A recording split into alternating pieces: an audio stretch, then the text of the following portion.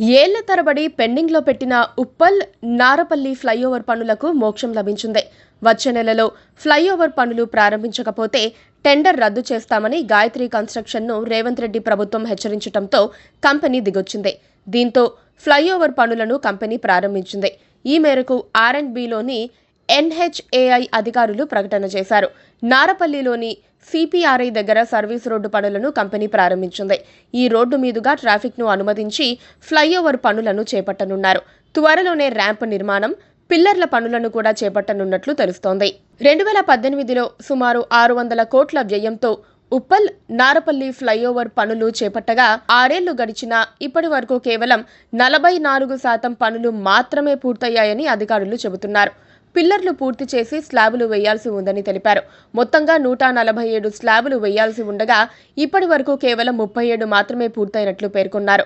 ఏడాదిన్నరలో ఈ పనులను మొత్తం పూర్తి చేయాలని కంపెనీకి అధికారులు గడువు విధించడంతో పనులు శరవేగంగా పూర్తి చేయనున్నట్టు తెలుస్తోంది.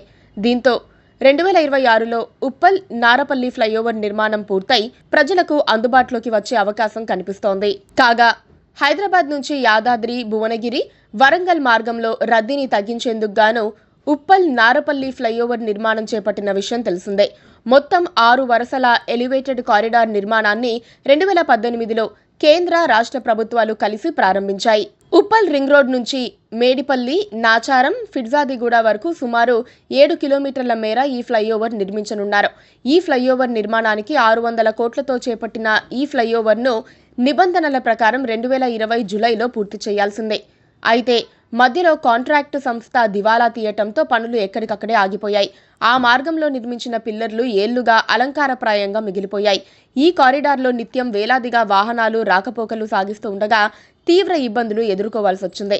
రోడ్లు తవ్వేసి ఉండటం, రోడ్డు మధ్యలో పిల్లర్లు నిర్మించి అర్ధాంతరంగా వదిలేయటంతో వర్షాలు పడినప్పుడు గుంతలు ఏర్పడి వాహనదారులు నరకం చూశారు. ఈ మార్గంలో చాలా ప్రమాదాలు కూడా జరిగాయి. కాగా ప్రస్తుతం ఫ్లైఓవర్ పనులు ప్రారంభం కావటంతో ఆ మార్గంలో రాకపోకలు సాగించే వారికి ఎట్టకేలకు ఉపశమనం లభించింది. Please subscribe to KTV Telugu. KTV Telugu. KTV Telugu channel.